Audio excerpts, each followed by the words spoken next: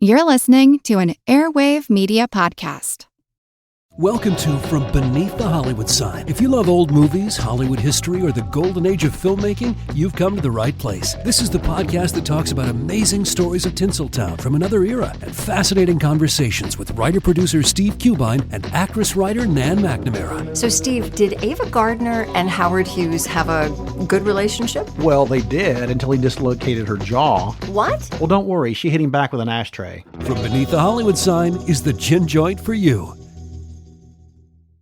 Hey everyone, this is Jeff. Before we get the show started today, I just wanted to have a huge shout out to all of our Patreon supporters. We had a great month in November, a lot of new people signing up, and I just kind of want to run through those names real quick as an added thank you.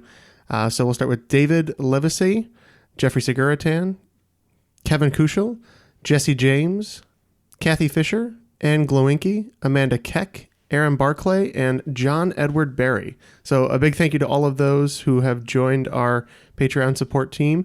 We very much appreciate it. If you want to be one of those people and earn additional perks such as promotional stickers that we send out when you become a member, added bonus episodes that we're doing on a monthly basis, and some of our other great things that you can sign up for at patreon.com/trivialitypodcast, we'd greatly appreciate it. Recorded in Chicago, Illinois, with your hosts, Ken, Matt, Neal, and Jeff. This is Triviality. The cream of the crop! Hello and welcome to Triviality, the game where a lack of seriousness meets a little bit of knowledge. My name is Neal, and today we have a very special game that's going to be in two different states. Joining us in the studio, as always, are Jeff and Ken. How's it going, guys? Good, thanks. Pretty good. Nice. Matt couldn't be here today. Ken, why is that? He's fighting crime. He is fighting crime. He's put on his luchador mask and he's taken to the streets to stop some muggings. Very commendable. And then that laughter you hear there is our special guest in the studio, which is Adam Abassi. How's it going, Adam? Doing well. How are you guys doing? Doing awesome. You guys might recognize Adam's voice from our Futurama Lay It On Me, where he did a great job. Oh, yeah. Still a little disappointed about one of the questions. It still haunts my dreams, but, it was a lot of fun. I'm really happy to be here. Thanks for having me. I must say a dream haunted is better than a nightmare, so... No, that is great. And, Adam is really happy about being here against his will, so that's all we can ask for. Yeah, and we're happy he's in the studio this time and not over Skype. So. Yeah, absolutely. So I also want to introduce our other special guest coming to us from Oakland, California, our friend Liz Hudson. How's it going, Liz? Good. How are you guys doing? Doing great. We've been wanting to have Liz on for a long time. She interacts with us on Facebook and as a listener of the show. So why don't you first, before Adam, tell us a little bit about how you got into trivia and how you found our show. I found your show through another trivia podcast. I heard about it through there. I live in Oakland. I have two kids who also really enjoy trivia and try to make their own trivia podcast. They're inspired by all the trivia podcasts out there. Otherwise, I just always played trivia with my family growing up, Trivial Pursuit, you don't call my mom at 7 p.m. because Jeopardy's on, that kind of family. Mm-hmm. And now she just gets mad at us because the kids are starting to beat her and it's making her angry. But it's taken us a while. She's hung in there a while. We're just coming around now. So that's about it. That's great. And is Jeopardy's on at 7 p.m. in California? That it is. That's wow. 2 hours. Yeah, I never even... We're always at like 3:30 here. Yeah. So every time someone says nighttime, I'm like, wait a minute, it's on at night? Yeah, that's a Chicago thing. Is it? Okay. It is only a Chicago thing, yeah. It's weird. Yeah, it's on at like a normal, regular time where I would watch it if I wasn't, working. And then, Adam, before we start, how'd you get into trivia? Well, I don't know. It's just fun, I guess. My sister and your significant other have been good friends for their whole lives, and that's how I know you, and that's how I've, come across this podcast and just been listening to it ever since. Awesome. Well, thank you for being one of our listeners, both of you guys. I guess without further ado, you guys know the drill. It's going to be 2 rounds of 10 questions each, worth 10 points apiece. In between that, there's going to be a special halftime swing round designed by me where the players can rack up some extra points. And we'll go to a final round of 5 questions with different categories where the contestants can wager on them based on their confidence level. Before we start, just want to say a special thank you to David Levesey for being our newest Patreon member at the $20 level. We really appreciate it, David. We were pleasantly surprised to get that email. I think it might have been at like 2 a.m, but all of us woke up called each other, had some lemonade, gossiped, and then celebrated the $20 you gave us. So, and we were singing "We Love You, Conrad" for all you Bye Bye Birdie fans. All right, that's a very bizarre reaction. It is bizarre, but did you guys videotape that? Because that would be amazing. No. Neal wanted to keep the ceremony a little private, so yeah, no video recordings. If we get a large enough Patreon supporter, perhaps we will videotape that. All right, well, without further ado, let's get this game going and find out who today's cream of the crop is. You know that I'm the cream of the crop. All right, question 1. This year's Black Friday sales were full of deals to purchase popular voice-activated home assistants, such as the Amazon Echo and Google Home. You wouldn't have spotted Naval Officer Al Calavici waiting in line at 5 in the morning because he has Ziggy, a parallel hybrid computer that you may recognize from what science fiction television series? Yeah, I don't have a better guess than that. I can't pull anything, so yeah, I'm fine. Off the top of my head, I happen to know that it's not the right answer because that's something else, but which I do know the answer to that one, but I can't pull it, so I'm fine with going with that for an answer. Does this ring a bell for you? I think it's Quantum Leap. Quantum Leap. Al is the hologram guy. Dean Stockwell played him, I think. Okay, that's as good as anything I could come up with. I think you have more of a line on this one than I do, so we are going to lock in with Quantum Leap. All right, Liz and Ken locked in with Quantum Leap, and let's go to Jeff and Adam. Well, Adam wrote down Knight Rider, which I think is Kit, but between the two of us, we couldn't think of anything better than that, so we still jokingly said Knight Rider. All right, Knight Rider was a good guess, but Liz was right on the money. Played by Dean Stockwell, Al Calavici handled Ziggy, the personal computer that helped Scott Bakula's Dr. Sam Beckett travel through time. So yeah, Quantum Leap. Props to Liz on that. But Scott Bakula is super cute back in the day. Oh yeah, he's still cute, but he was great he's so good on that show.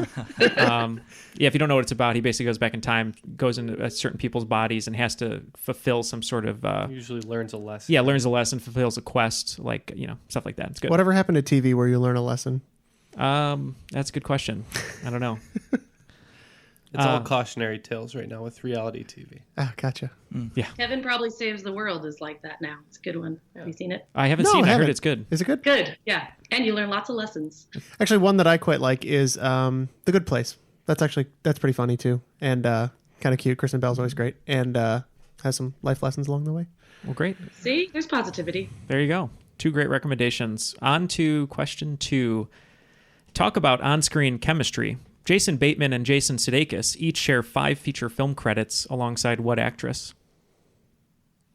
I'm thinking right now. I think I have. I don't know her name. I'm awful with names, but if I just start writing stuff down, maybe you could come to a conclusion. Oh yeah, I do know who that is. Yeah. Okay, yeah, I forgot she was on. You're right on. Are there more than that? Can you think of any other movies where there's overlap there? Okay. So, Liz, I don't know how confident you were feeling on this, but I feel like it's probably Jennifer Aniston. That's what I wrote down. I didn't have any other thought besides her. Jason Sudeikis and Jason Bateman are both in Horrible Bosses 1 and 2, so that's 2 right there. The switch with Jason Bateman, Jennifer Aniston, Where the Millers was Sudeikis and Jennifer Aniston. I'm thinking Jason Bateman and Jason Sudeikis were probably side characters in a few more, maybe like The Breakup or something like that. But those are the ones that are sticking out to me. So let's lock in with Aniston if you're good with that. I am good with that. All right, that's it. The first thing Adam wrote down was here, I'll read it. Horrible Bosses, hot boss from Friends. That's what he wrote. So pretty quickly Courtney Cox? No, as it turns out. So I had Olivia Wilde stuck in my head. I know she's married to Sudeikis and she's in a lot of films. But I don't know. I couldn't get the thought that maybe there was some overlap there with Melissa McCarthy. I couldn't place enough on Aniston to go for 5. So I figured I would just play the odds. She's in a lot of movies now. So we settled on Melissa McCarthy. Ooh, Jeff, you guys should have went with the hot boss from Friends. I know. It's Jennifer Aniston. So yeah, Aniston starred alongside Jason Bateman in The Switch, The Breakup, and Office Christmas Party. Jason Sudeikis in The Bounty Hunter, We're the Millers, and Mother's Day, filmed last year. And then both of them appeared with her in Horrible Bosses 1 and 2. All right. We're going to go on to question 3. Looks like Ken and Liz are up 20-0 right now. Sounding somewhat like a portmanteau and sure to make grade school children giggle, what is the name of the small distinguishing mark you see over a lowercase I and a lowercase j? I don't know. I think it'd have to be like something like slightly, not like dirty, but you know what I mean? Yeah. Like to make, kids giggle. So I've heard this before, but literally nothing's coming to my mind in terms of what that dot is called.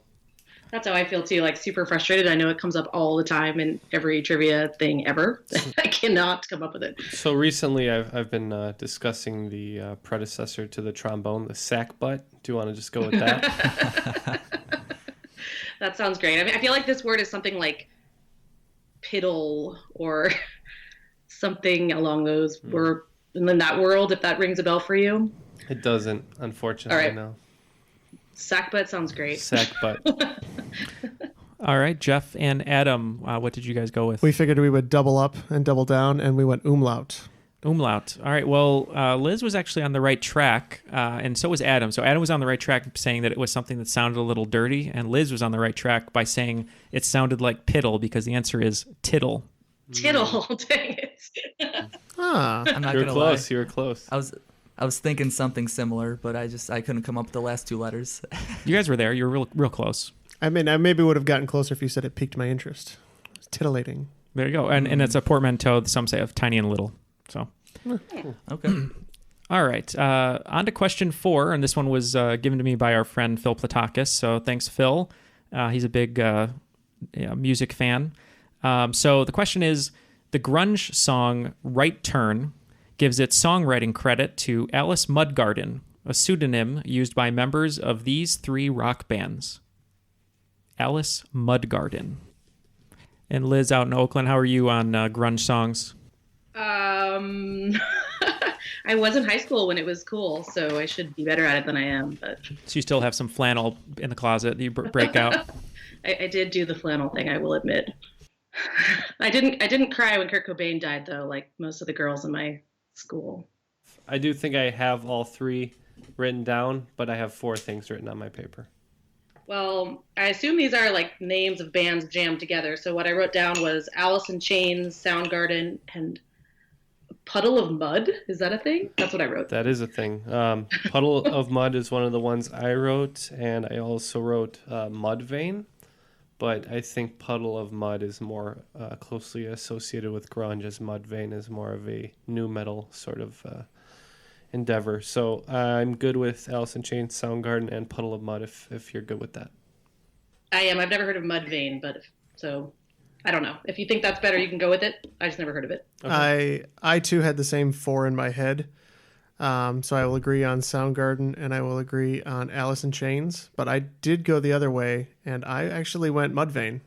All right. Well, you did get 2 out of the 3 correct. The easy ones in this question are Alice in Chains and Soundgarden. Wait a second. Is Mud an allusion to a song? No, it is not. Mud is referring to the band Mudhoney. Oh, and yeah. The lead singer of that was Mark Arm, one of the, I believe, one of the founders of Sub Pop Records.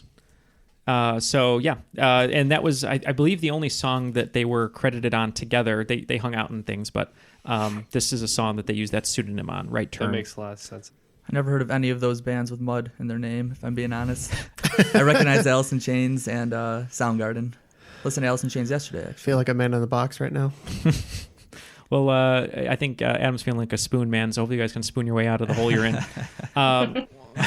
Dig up, Neal. Yep. Thanks, Phil, for that question. He gave it to me, and I'm like, I have no idea who Mudhoney is. And he's like, no, it's a good grunge question. Just use it. So I really feel like dirt after that question. All right, question 5. So today, all 3 question 5s, 2 during regulation and 1 in the final round, were provided by listener and Patreon supporter I just mentioned, David Levacy. So thank you, David. This first question 5 here is a fun one. Sharing their name with a fabled Brooklyn pizzeria, the Grimaldis are the ruling family of what European principality? All right, that's fine. I'm fine with that. You sure? Yeah. Okay. I'm not going to get any closer. Okay. Well, this is not my strong area. But Ken, you're Italian. It does sound Italian, so... Yeah, I mean, the only European principality that I am confident in is Monaco. Mm-hmm. I know they have a prince.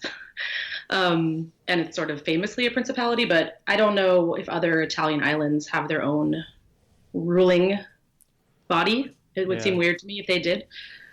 I don't know if there's other ones in there. Like, I don't know if I don't think Luxembourg is a principality. I really think Monaco is the one that I know. We could go with that if you're confident in that aspect of it.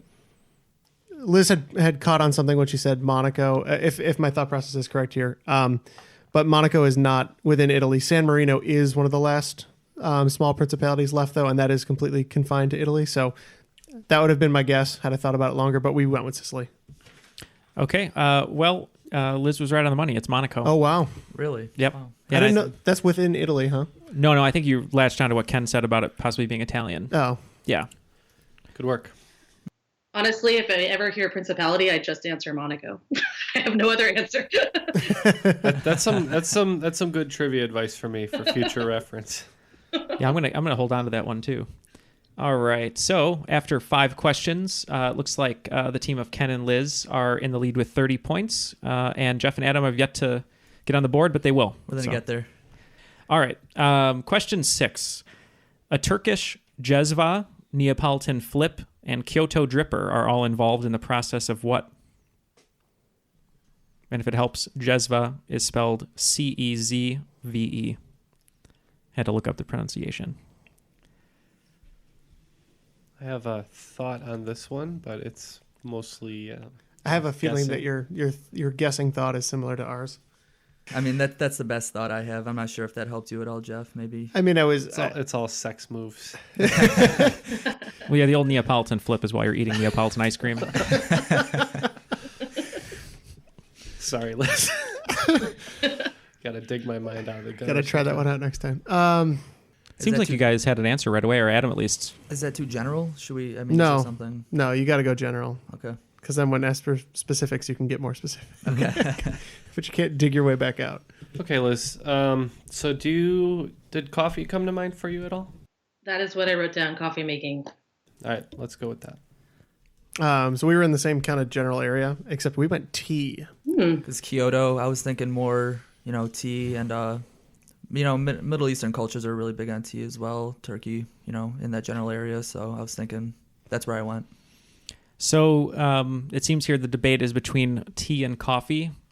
And anyone who knows me knows I'm obsessed with coffee. It is coffee, making of coffee.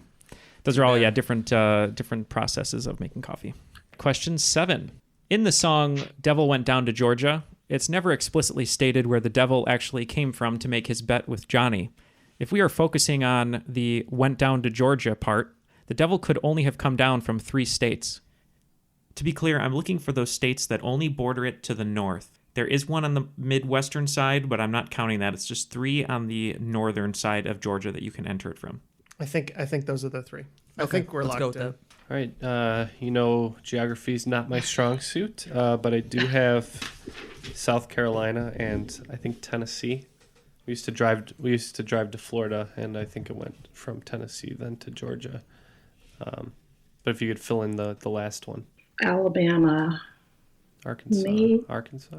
Oh, Arkansas.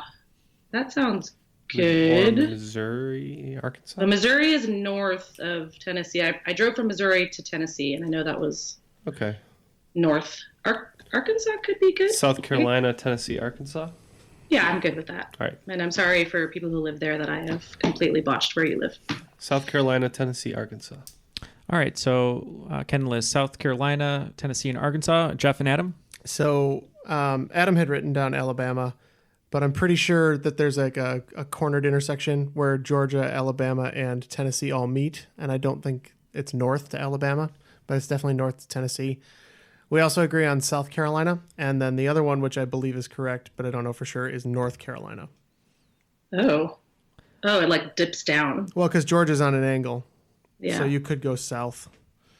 Well, Jeff and Adam are on the board with 10 points. So, Nice. Well, if you give me a question I know anything about, Neal. I know. I wish there were more geography questions than I mean, science. if you want to just give me geography and science questions, then I'll do that all day. It's pretty interesting. So you have South Carolina. You could be at the tip, sort of the northwest tip, and then go straight down into Georgia.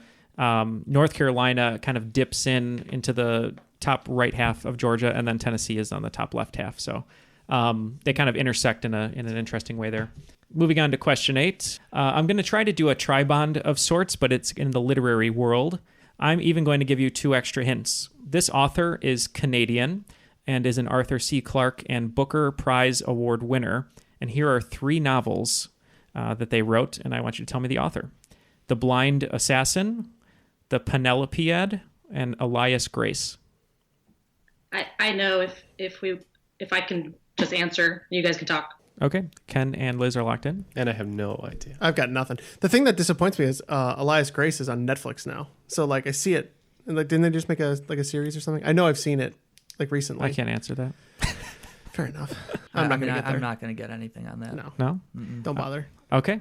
It's Margaret Atwood. Margaret Atwood. So the one piece of work that I left out is, of course, perhaps her best known work currently, as it was adapted into a smash hit television series for Hulu starring Elizabeth Moss, The Handmaid's Tale. So that's Margaret Atwood. If any of you guys have watched the web series Who Killed Heather that I worked on. Shameless self-promotion. I know, it's a shameless self-promotion. The lead actor in that series, David Raymond, is currently in an Elias Grace production in Chicago that's really good. So if you're in the city, check it out. Okay. Who Killed Heather? Who Killed Heather? I can't tell you right now. We got to watch the show. It's not me, though. I'll tell you that. And I just play a Jimmy John's delivery man for 2 seconds. All right. Question 9. Although there are several accounts of how he may have died, legend has it that Attila the Hun died on his wedding night from complications of a severe epistaxis, which led to choking and eventual death. In layman's terms, what prevented him from going on his honeymoon? Yeah, epistaxis. Epistaxis. Don't know how much about Attila the Hun and his wedding night you guys know about. if it's Bedtime reading. Yes. Adam and I are looking at a couple different options. Some of them I don't think they would kill you fast enough, but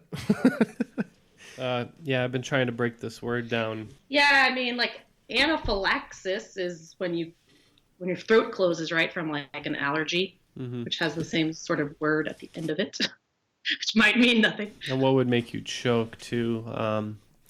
Maybe fluid in the lungs, fluid filling the lungs.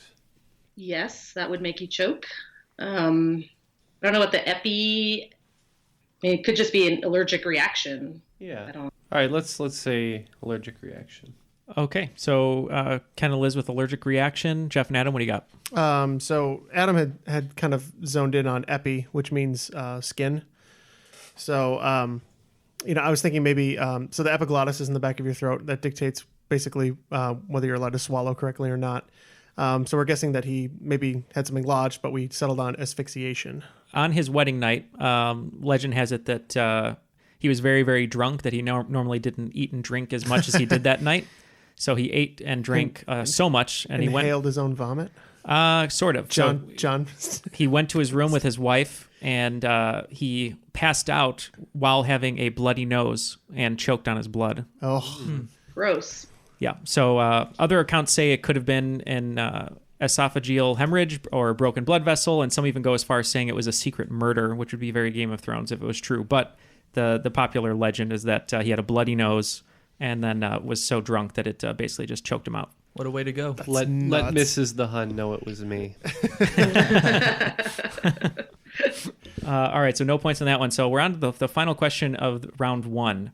What famous video game character lends his name to a protein encoded by the SHH gene, which is essential for embryonic development in humans, playing a role in cell growth and normal shaping or patterning of the body? Yeah, this is one of those questions where once you know it, you'll remember it, but the actual fact itself and the question kind of have a hint in there anyway. One more time. What famous video game character lends his name to a protein encoded by the SHH gene, which is essential for embryonic development in humans, playing a role in cell growth and normal shaping or patterning of the body? You kicking anything around, Jeff? Or because I'm better with video games, I would say, than embryonic proteins. Do you have any guess here? I have a guess that is crazy, but I have one thought. Do you want me to lock in? Yeah, I'm fine with that. And okay, we're gonna lock in with my answer. I'll put in a guess. Okay. So let's start with Jeff and Adam. What was your guess? So I came to a name that ends in I-N-E, so I said Marceline. Okay. Marceline and Ken and Liz. So I'm curious what you wrote down, Liz. After Neal said there was a hint in the clue, I wrote down Sonic the Hedgehog. Okay. Oh, yeah. For SHH. I actually went a different direction. Shaping or patterning of the body brought Kirby to mind, as he is a shapeshifter. So I went with Kirby. So Kirby was a good guess, but the clue was SHH for Sonic the Hedgehog. I blew it. I'm sorry. That's okay. I would have been probably too embarrassed to say that out loud. So hey, there's nothing to be embarrassed about. Seems crazy. That's So there's a Sonic protein? Yeah. The Sonic the Hedgehog gene? Yeah, Sonic the Hedgehog gene. Yeah. No. There's the protein though is named Sonic. There's a Sonic protein. How does this work? I almost jokingly said it at the beginning. I'm glad I didn't. Sonic Hedgehog is a protein that in humans is encoded by the SHH or Sonic Hedgehog gene. Both the gene and protein may also be found noted alternatively as SH. They literally named the protein after Sonic the Hedgehog. Yeah. I was under the impression that this, when you said lends its name, I didn't think it was the character to the protein correlation. But now I have an idea about why, because I can kind of see what the structure would look like in my head. So yeah, so Sonic Hedgehog is one of 3 proteins in the mammalian signaling pathway family called hedgehog. The more you know. Yeah. Shame. Never gonna forget that. Ken owns a hedgehog, so yeah, he felt bad about that one. All right, so after round 1, the score is pretty far apart, but it's not a barn burner yet. So Ken and Liz are in the lead with 50 points, and Jeff and Adam are in second with 10 points. And I'm hoping that you guys can make up some ground here in the swing round. So the swing round is going to be pretty simple today. If you guys want to number your pages 1 to 12, for 5 points each, I'm going to name a film, television show, or documentary, and I want you just to name the famous narrator of that project. That's all you have to do. You just have to give me the famous narrator of that TV film or documentary. We're talking actors or characters? They will be real people. Okay. So I just need the real people's names. They're all performers of some sort. Yeah. Okay. So number 1 is the Royal Tenenbaums. Number 2, Arrested Development. Number 3, the film Stand By Me. Number 4, The Wonder Years. Number 5, Hitchhiker's Guide to the Galaxy. Number 6, Gossip Girl. Number 7, Simon Birch. Number 8, the Fallout video game series. Number 9, How I Met Your Mother. Number 10 and 11 go hand in hand. I want the narrator of the original BBC version of Planet Earth and also the United States Discovery Channel version of Planet Earth.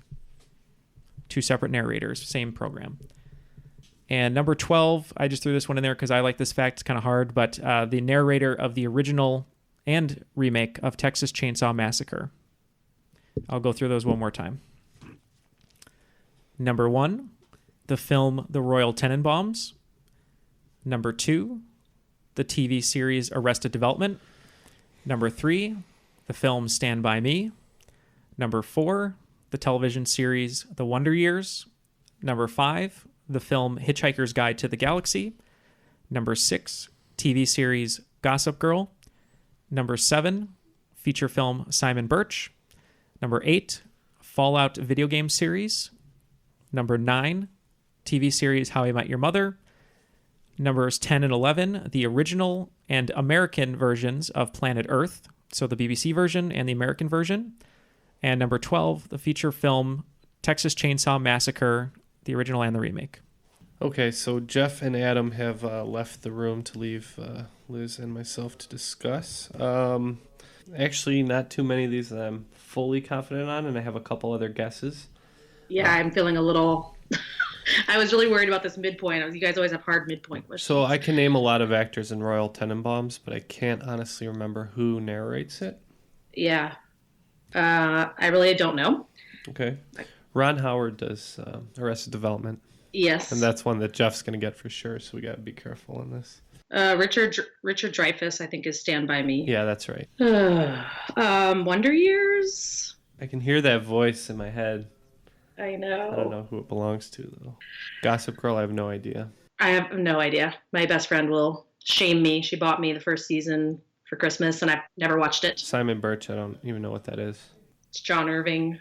And then we have to decide. So Attenborough for BBC Planet Earth. Yeah, I was also thinking of Stephen Fry, but I don't know. Oh, no. Gossip Girl. What about, what's her name? Blake Lively. Is she Gossip Girl? Maybe. That's fine. Yeah, let's put Blake Lively. I feel like that might be in the realm. And I have no idea. Texas Chainsaw Massacre. Oh, wait a minute. The voiceover. They just hired him to do the voiceover. He didn't know what he was getting into. It was on Best of the Best podcast. That is correct. For one day. The guy he was the bad guy. He was the bad guy in Richie Rich. John Larroquette. Oh, nice. That was miraculous. Okay. Just and Wonder Years. the Wonder Years is like grown up Fred Savage, right? It's Yeah. his character. I think Fred Savage and I are the same age, so Alan Rickman. it's definitely an American. Alan Rickman It could was be the best Hitchhiker. years of my life. That'd be so good. And when we got out of detention, I didn't know how to tell my parents. Penny smiled at me, and I returned the favor. Why a spoon, cousin?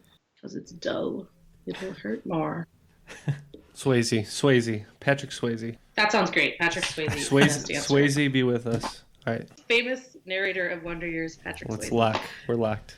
All right, so both teams have gone through their own discussions for the swing round here. So I'm just going to name the clue, and I'm going to go to each of you and give me your answer and let me know what you have. So number one was the Royal Tenenbaums. Jeff and Adam, what did you have? I've not seen any of those films, so I don't have anything. All right, Ken and Liz? I had a gut feeling that it might be Gwyneth Paltrow. She's in the movie. I don't know if she narrates it. All right, well, the answer is Alec Baldwin. So close. So close. They do sound a lot alike, Gwen and Alec, so... I won the Oscar for Shakespeare in Love. Okay. Number two was Arrested Development. Jeff and Adam wrote this one down quickly. What did you guys have? I would have to turn my fan card in if I didn't get Ron Howard right on this one, so... All right, and Ken and Liz. Yeah, we had a feeling that Jeff would get that one, so we also put Ron Howard. All right, it is Ron Howard. Number three, sort of a famous actor as the narrator here. Stand By Me, Jeff and Adam. I can't remember who did that one. It's been so long since I've seen the movie. Great movie, but I can't remember the narrator. And Liz. We said Richard Dreyfuss. It is Richard Dreyfuss. All right, now number four is one that threw me for a loop when I read it, so I had to include it. It is the TV series The Wonder Years. Let's start with Ken and Liz. Oh, well, we couldn't come up with a valid answer. This is valid. So we invoked the good graces of Patrick Swayze. All right, Patrick Swayze, perhaps in a new re-edited version for the fans. Jeff and Adam, what did you guys have? So I know the character is supposed to be like an older version of himself looking back, so I said old Ben Savage. All right.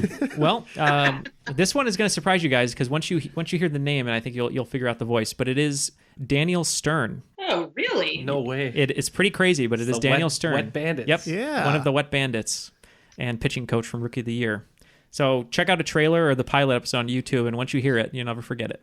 Number five is the film Hitchhiker's Guide to the Galaxy. Jeff and Adam, what did we have? Yeah, didn't really have much on this one, honestly. I don't know if I've ever actually seen that movie. I've not seen it. So. Okay. And Ken and Liz. We felt that this was one of the good, rich, classic narrator voices of all time, and I originally wrote down Attenborough before more clues came in, and we switched it to Morgan Freeman. Okay, good guess, but I was looking for a famous Brit. It would be Stephen Fry. Dang it! Put him in the wrong place. Number six is the CW series Gossip Girl. How about Liz? You had a pretty good idea of where you wanted to go with this one. What did you guys put in there? I ended up with Blake Lively. Okay, she was the star of Gossip Girl. Yay, got that right. Jeff and Adam? Well, that's good. I believe it is a female narrated, but I couldn't remember, so I just jokingly said Gossip Girl, as she is the narrator. Good. Well, that is a good guess. It's actually Kristen Bell. Oh. Yeah. So it's another one that you wouldn't expect. Number 7 is a feature film, Simon Birch, based on the book. We found out that Liz is a big fan of the book, so let's see what you thought who you thought the narrator was. Well, I don't think I actually thought this, but we did answer Ashley Judd. I didn't have anything, Adam. I don't know if you've seen the film. Yeah, no. So we couldn't come up with anything on that one. Well, it's kind of funny because the star of Simon Birch, I actually competed against in speech here in Illinois. He went to, I believe, York High School. He was very, very good. Just to give him a little shout out, his name was Ian Michael Smith. The reason I put this question in here is it's one of my favorite actors, and it was Jim Carrey, who played his older brother for a small moment. So Jim Carrey was Simon Birch. Number 8 was the Fallout video game series. Jeff and Adam? I've actually played some of the Fallout series, but I couldn't tell you who the voice talent is, unfortunately. I'm not able to put 2 and 2 together on that. Okay. I'm not sure about narration on this, but I remember Liam Neeson being associated with a voice talent in that game, and we went with Liam Neeson. That would make sense. He was a voice talent in the game, but the game was actually narrated by Hellboy himself, Ron Perlman. Okay. Interesting. This one I think everyone across the board should get. I'm not sure. It is How I Met Your Mother. Jeff and Adam. I mean, he is TV's favorite dad. We went Bob Saget. All right. 5 points to you guys. Bob Saget. Another 5 points. Great. All right. Number 10 and 11 kind of go hand in hand, but we'll start with 10. The original BBC version of Planet Earth. Let's go with Liz and Ken. We went with Attenborough. Okay. Attenborough and Jeff and Adam. We too went Attenborough. It is David Attenborough. Not Richard. David. No, Richard is too busy getting his theme park up and running. Spare no expense. Spare no expense. And number 11 was the American version of Planet Earth, which aired on Discovery Channel. Jeff and Adam, do you have an idea on this one? I know he's done a lot of documentaries like this. I'm pretty sure he did Life, and that might be what I'm confusing with because, again, it's been a long time. But we settled on Morgan Freeman. Okay, popular answer. And Ken and Liz? Yeah, we hedged our bets and went Morgan Freeman as well. Well, unfortunately, no points on that one. It was voiced by Sigourney Weaver. Oh, Really? Yep. she has a great voice. And this last one is another shameless self-promotion. I apologize, but Ken caught onto it in a miracle poll from the depths of his behind. I guess we're going to stay clean. So it was the Texas Chainsaw Massacre. Jeff and Adam, got anything on that one? Nope, not seen it. No, So never seen it. Okay.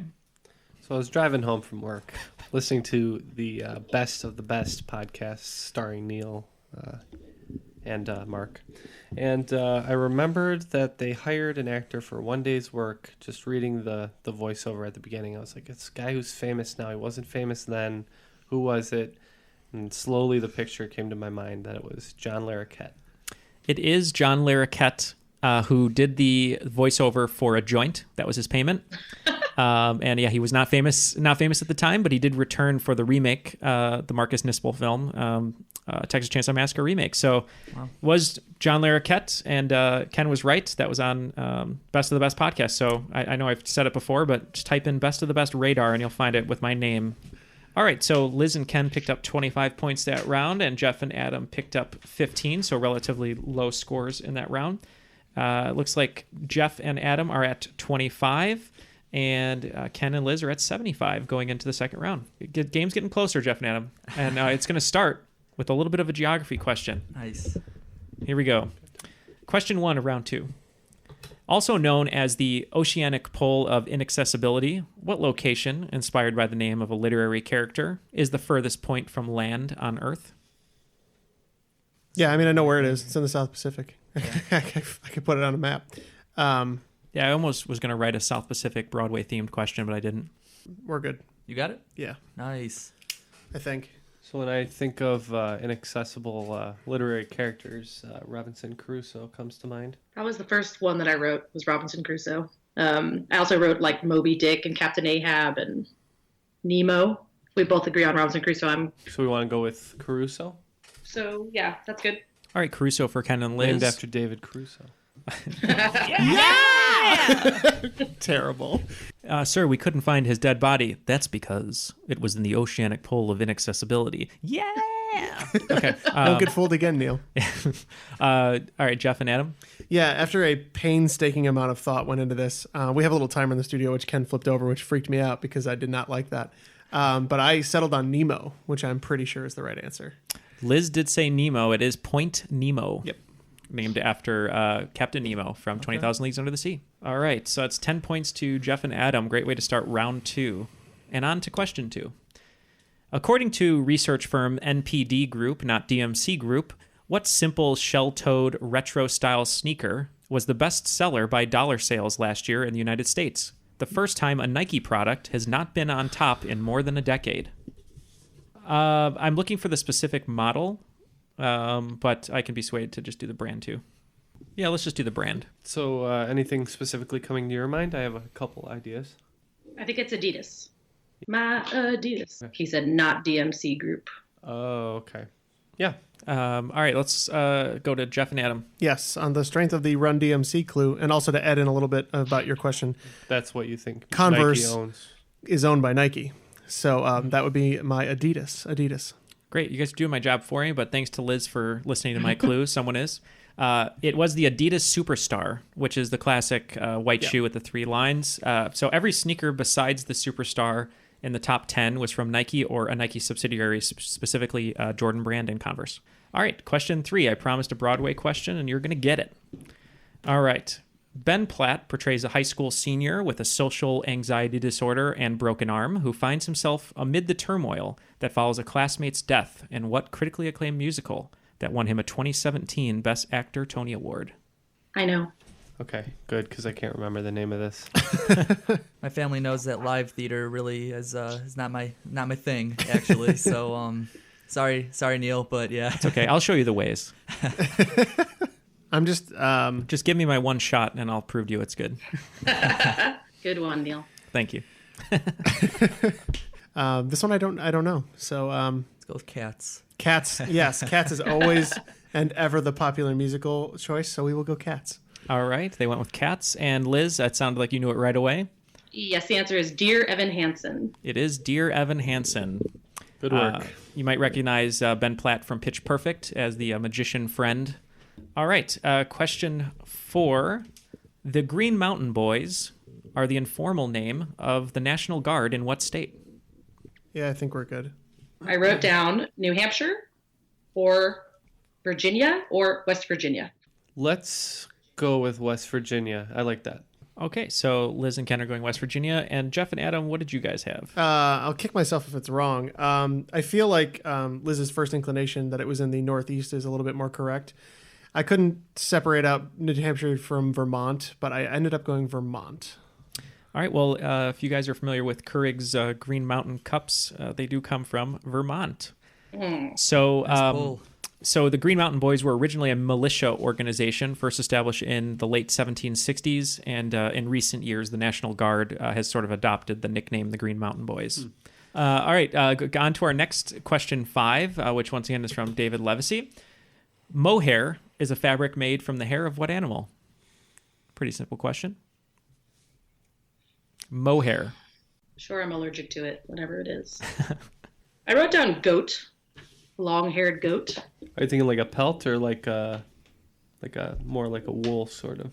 Mohair is kind of like, it's woolish, but I think it's longer, like kind of softer. I think there are long-haired goats. So that was my first thought was goat, but could be alpaca, could be llama. Or you feel pretty good about the goat.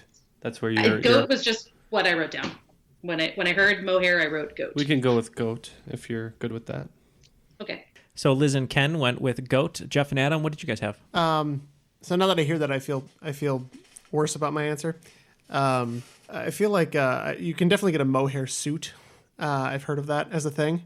Don't know why. It's a song. There's some song lyric. I don't know. But maybe we thought maybe it was like a pelt from a beaver. So we went beaver. Okay. It is both durable and resilient. It's known for its high luster and sheen, which helped give it the nickname the diamond fiber. It is made from the hair of the Angora goat. Whoa. Wow. Nice one, guys. Yeah, Liz was right. It's nice one, Liz. Pretty long hair. It looks like those really shaggy dogs, and really nice hair on the goat. So nice one to Liz and Liz alone on that one. All right, so right on to question 6. We'll keep moving up. Tinatrons and Fellini's Children were scrapped band names for this American new wave band, who settled on a name that comes from a particular beehive hairdo resembling the nose cone of an aircraft of the same name. I'm not happy about it, but no, we'll go with there. What do you got, Jeff? B-52. Okay, and Ken and Liz. Yep, B-52s. Sometimes the easy answer is the right one, Jeff. Occam's B-52s. Occam's razor. Occam's razor, yep. Makes the cutting clean. I'm going to make that joke every time until somebody figures out that I want to mention it.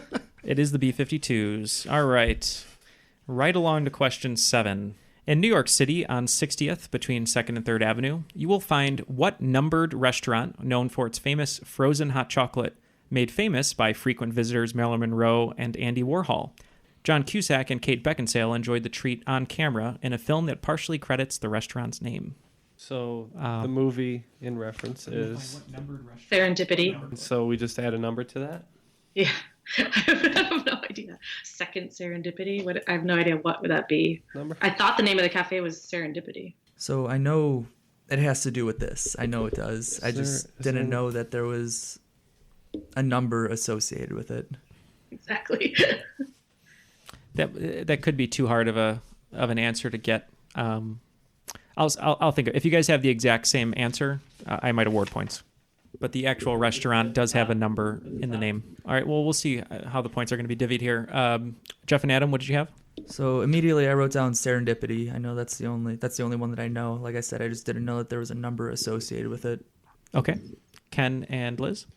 Serendipity 7 is what we got. I'm going to give points to both teams. So the film is Serendipity.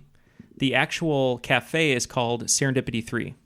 That's the full name of the cafe. I was going to say 3 as a joke because it has the rhyme scheme. Yeah, but you never know. But I will give we went points. with the alliteration and you went with the rhyme scheme. We would have, yeah. But that one, literary. But here's the thing: no one calls it Serendipity 3, especially when you go there. Everyone just goes, "Let's go to Serendipity." So I'll give you guys points for both of that.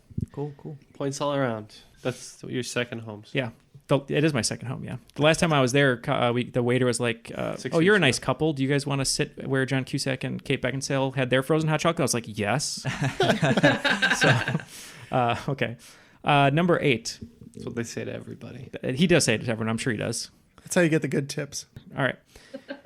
Despite the fact that he never played for them, this team retired Michael Jordan's number 23 before his final game in their city. So what you're saying is he was still playing basketball at the time? Michael Jordan was still playing basketball. The team that retired his jersey, Michael Jordan never played for them, but they retired it because of how good he was against them for so long and out of respect. That's crazy. Yeah, that's pretty crazy fact. Let's go with that. Okay. We're good. The Bulls had a big rivalry with the Pistons. That's what I wrote. Pistons. Yeah, let's go Pistons. Okay, and Jeff and Adam? We figured maybe they didn't stick to their word, and we said the Cleveland Cavaliers. You were on the right track. The head coach of the team that retired the jersey and said to Michael, "You're the best." He said, "No one will ever wear number 23 for the Miami Heat." We wrote Heat as the other option. Yeah. Yep, Miami Heat. And then at that time, that's when LeBron James changed from 23 to 6 out of respect. Oh, that's right. He didn't play as 20. He plays as 23 on the Cavs. All right. Yep. Yeah. We were getting close. Yeah. Yeah, you were close. Adam had me on the right track, and then we just went with the wrong one. All right, number 9. What Texas Instruments child computer does E.T. use to phone home and E.T. the extraterrestrial? Ugh. Oh, I know what it is. I trust you. I think I know this one. Liz might have an advantage having kids. I haven't seen E.T. in a very long time, so. Yeah, I got to pick that That's up exactly. on 4K. That's the first thing that came into my head. Yeah. We're good. Okay, let's start with Liz. What were you thinking over there? I wrote down Speak and Spell. Okay, and Jeff and Adam? We said Speak and Spell. It is the Speak and Spell. Not a TI-83, though. That's sad. And not a Teddy Ruxpin. Yeah, not a Teddy Ruxpin. That's right. Great job on that question. All right, and moving on to the final question in round 2 and the final question of regulation. This one is a little bit in Jeff's wheelhouse, but I had to put a Neal spin on it, so it's probably going to confuse everyone. Here we go. Sylvester Stallone's most famous character, a boxer named Rocky, shares his surname with a currency used by what country? Yeah. Ooh. So many things in California named after this person. So the first layer of the onion was peeled. They figured out that Balboa was the name of the currency. Now I'm just looking for the country that the Balboa is used in. Hold on, I'm going through every single country on Earth. But we don't. Okay, I don't know. I wrote down Spain and Portugal. Portugal. Portuguese. I don't know. Portugal. Okay. For us. I was thinking more South American, but I was trying to go through all the South American countries and remember. But I'd settled on Colombia just because. The correct answer is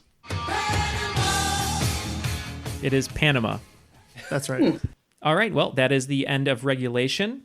In second place currently are Jeff and Adam with 85 points, and in the lead right now are Ken and Liz with 135 points. Going into the final round, I'm going to give you guys 5 categories in different subjects. You can wager up to 30 points in each category, depending on the points that you've accrued throughout the game. So let me just give you those categories first. You guys can discuss what you would like to wager, and we will continue. So the first question is going to be in the category of mononymous singers. All right, number 2 is going to be sports and geography. Number 3, life imitates art. Number 4, sexiest men alive. And number 5, damn, Daniel. Damn spelled D-A-M. I'm assuming you're going to ask a real question and not just ask my aesthetic appreciation for the sexiest man one. Yes, yeah, that's correct. All right, so all the wagers are in, and in an unprecedented move, Liz Hudson has changed the game with an Oakland 5, the first person to ever wager 5 points on a category here in the final round. We won't say which one it is yet, but they did wager 5. So, sorry guys, Jeff and Adam, you could have wagered 5, 15, 25. Cats and dogs getting along. We 21, do 22. agree. We always say between 0 and 30. We do agree no half points, right? But anything else is, I guess, fair game. We just have never done that's it. right. Yeah. I guess so. This changes my whole life now. So Because you have to do math that doesn't end in a 5. I'm or terrible 0. at math. Yeah. All right, here. You're welcome. All right, so here we go. So I'm just going to go through all the questions. Not too many breaks, so take some notes, and then we'll come back and discuss. So question 1 is in mononymous singers. This one I'm going to be a stickler on, so make sure you guys check over your answers. Alicia Beth Moore is a Grammy Award-winning recording artist professionally known as what colorfully stylized stage name, and spelling counts? Question 2, sports and geography. We've heard variations of the question, what Big Four sports teams share a name across different sports? But for the purposes of this question, I'll give you one answer, which is the LA Kings in the NHL and the Sacramento Kings in the NBA. That is an example. To spice things up, I want to know the pair of teams in the Big Four sports that share a name and are the farthest apart geographically. Make sense? Mm-hmm. Okay. All right. Question 3. Life imitates art. As we embark upon another year of nostalgic appreciation, I want to talk about a special candy bar that was recently released to the delight of 90s kids. It's called the Reptar Bar and is a green frosting-filled milk chocolate candy bar based on the bar of the same name as it appeared on what 1990s animated program? Question 4. Sexiest men alive, my favorite category. While Mel Gibson may have been the first recipient of People's Sexiest Man Alive in 1985, he was followed by Mark Harmon, Harry Hamlin, and this lawyer and Future magazine publisher in 1988, who was the youngest winner at 27 and shares a distinction with 1991 winner Patrick Swayze as the only winners to have died since receiving the honor. And question 5 in Damn, Daniel. Once again, this final round comes from David Levesey. What is the name of the massive dam located in Washington state that harnesses the free-flowing power of the Columbia River, creating the most hydroelectric power of any dam in the U.S., and uses enough concrete to circle the equator twice? Okay, so the answers are in for the final round, so let's go down the line. So question 1 was in mononymous singers. I was asking you who Alicia Beth Moore is also known as, her colorful name, and remember, spelling counted. Jeff and Adam wagered 20. Liz and Ken wagered 10. So let's start with Liz and Ken. We went with pink with an exclamation point instead of an I. Okay. And Jeff and Adam. Sounds strangely familiar. We went pink exclamation point instead of an I. Okay, that is correct. It is pink with exclamation point instead of an I. So Colleen, who just popped her head in, she told me that that's how it was spelled. I said, you're nuts. And then I looked at all over her websites and Twitter and everything and records, and that's how she spells her name. So it's official. Okay. Question 2. This one was a fun one to write. It was sports and geography. Jeff and Adam wagered big with 30 points. And Liz and Ken wagered what they call an Oakland 5 now on Triviality. So I was looking for the 2 sports teams that shared the same name and were the furthest apart geographically. So let's go to Liz and Ken. We said the New York Giants and the San Francisco Giants. Okay. And Jeff and Adam. Yeah, that feels right, like a right answer. We tried to get all of them. That was the one pairing we didn't get. So the farthest we could either get was the Cardinals between St. Louis and basically Phoenix, or Dallas and New York with the Rangers. So we settled on Rangers, but yeah, Giants would be the right one. Yep, spanning nearly 3,000 miles. It is the New York Giants and San Francisco Giants. All right. In Life Imitates Art, Jeff and Adam had a low bid here of 10 points, and Liz and Ken had 20 points wagered. I basically just wanted to know what television show is the Reptar Bar from. So let's go with Jeff and Adam. So this would feature the wonderful music of Mark Mothersbaugh after he finished with Devo. That would be Rugrats. And Ken and Liz. Rugrats, indeed. Yep, appearing on the show's first Halloween episode titled Candy Bar Creep Show. You may have heard Angelica Pickles quoting the final lines of the Reptar Bar jingle and eating the candy bar as Rugrats. All right, question 4 was Sexiest Men Alive. Both teams wagered 10 points, very conservative. I just wanted to know who was the sexiest man alive in 1988 and is one of only 2 sexiest men alive, along with Patrick Swayze, to have died since receiving the honor. Let's go with Ken and Liz.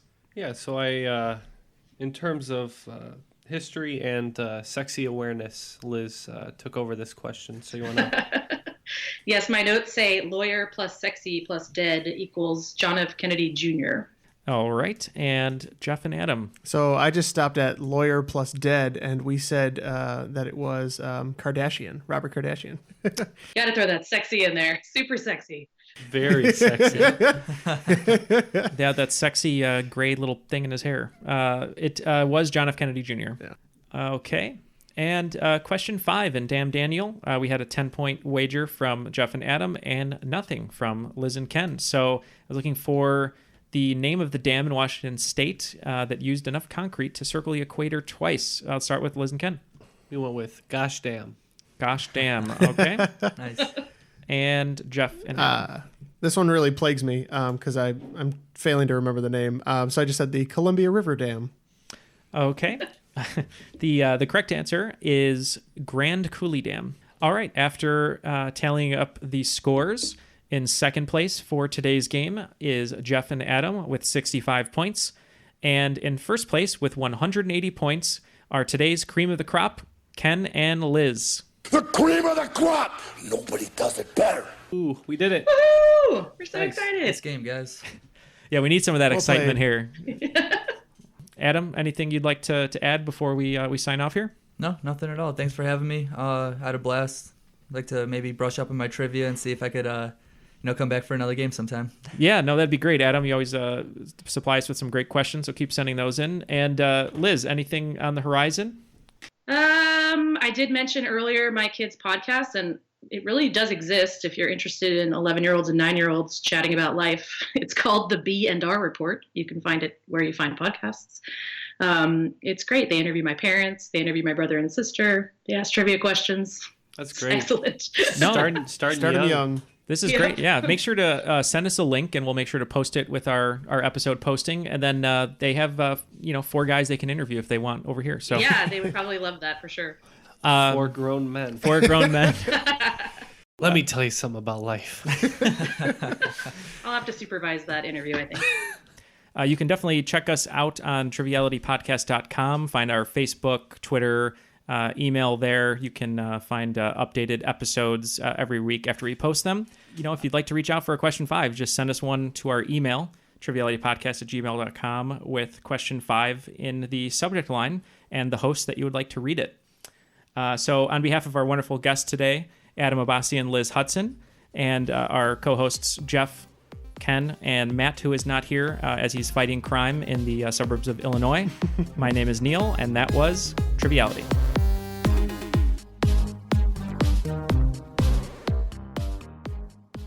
I'm gonna cut your heart out with a spoon!